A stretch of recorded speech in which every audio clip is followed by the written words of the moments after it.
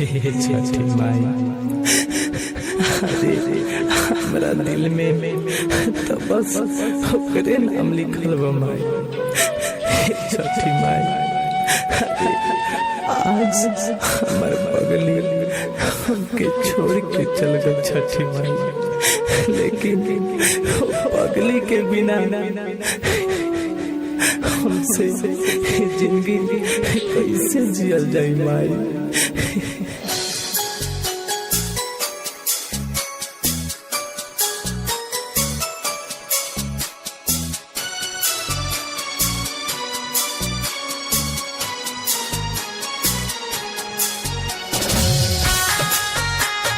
बिना जिंदगी Music by Gaurav Roshan.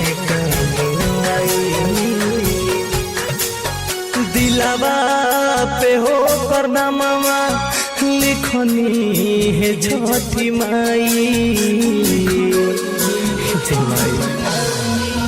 दिलावा पे हो करनामा लिखनी है छठी माई। बिना ओकरा ई जिंदगी कौने काम आई। बिना ओकरा ई जिंदगी कौने काम आई। दिलावा पे ओ करनामा लिखनी है छठी माई। बिना ओकरा ई जिंदगी कौने काम आई। बिना ओकरा ई जिंदगी कौने काम आई।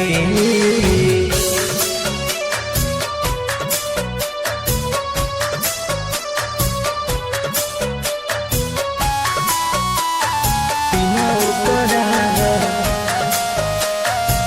ई जिंदगी कौने काम आई।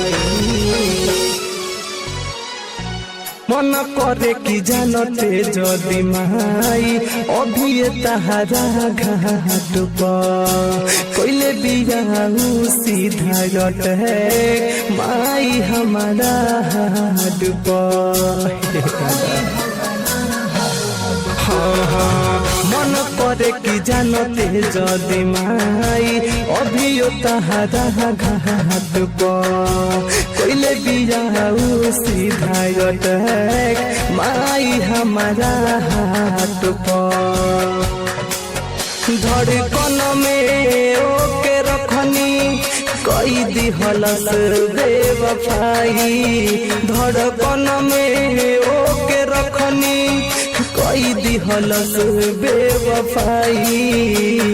बिना ओकरा जिंदगी कौने काम आई। बिना ओकरा जिंदगी कौने काम आई। बिना ओकरा जिंदगी Music by Gaurav Roshan.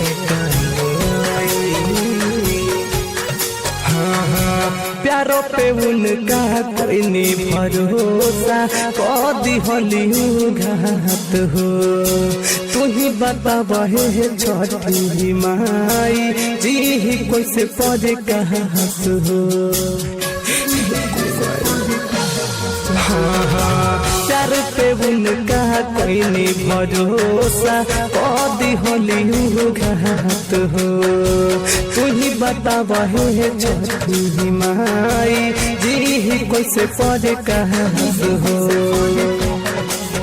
कहवा घायल मेरे तुंजे ई दुनिया छोड़ के जाई। कहवा घायल मेरे तुंजे ई दुनिया छोड़ के जाई। बिना ओकरा